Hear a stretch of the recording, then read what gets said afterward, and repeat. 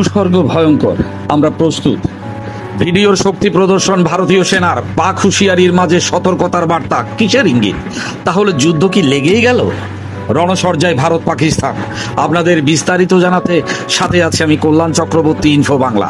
পহেলগাঁওকে পর্যটকদের উপর জঙ্গি হামলার ঘটনাকে কেন্দ্র করে ভারত এবং পাকিস্তানের সম্পর্কের অবনতি হয়েছে।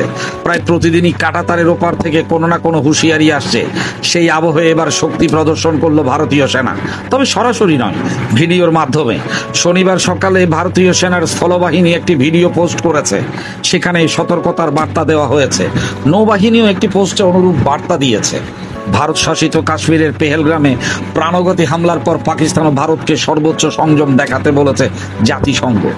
গত 22 এপ্রিল জম্মু ও কাশ্মীরের পহেলগাঁওয়ে জঙ্গি হামলার ফলে 26 জনের মৃত্যু হয়েছে।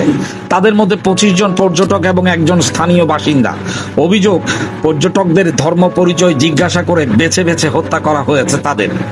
ওই হামলার পর পাকিস্তানকে দায়ী করে তাদের বিরুদ্ধে একাধিক পদক্ষেপ করেছে ভারত। অটারির সীমান্ত বন্ধ করে দিয়ে পাকিস্তানিদের ফিরে যেতে বলা হয়েছে। ভিসাও বাতিল করা হয়েছে।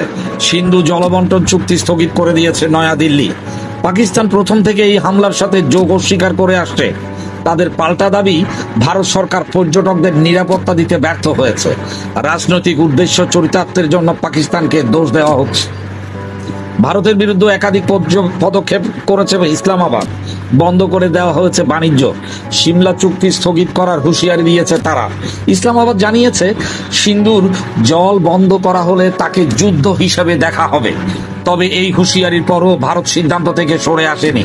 সিন্ধু চুক্তি স্থগিতের সিদ্ধান্ত কার্যকর করার প্রস্তুতি চলছে।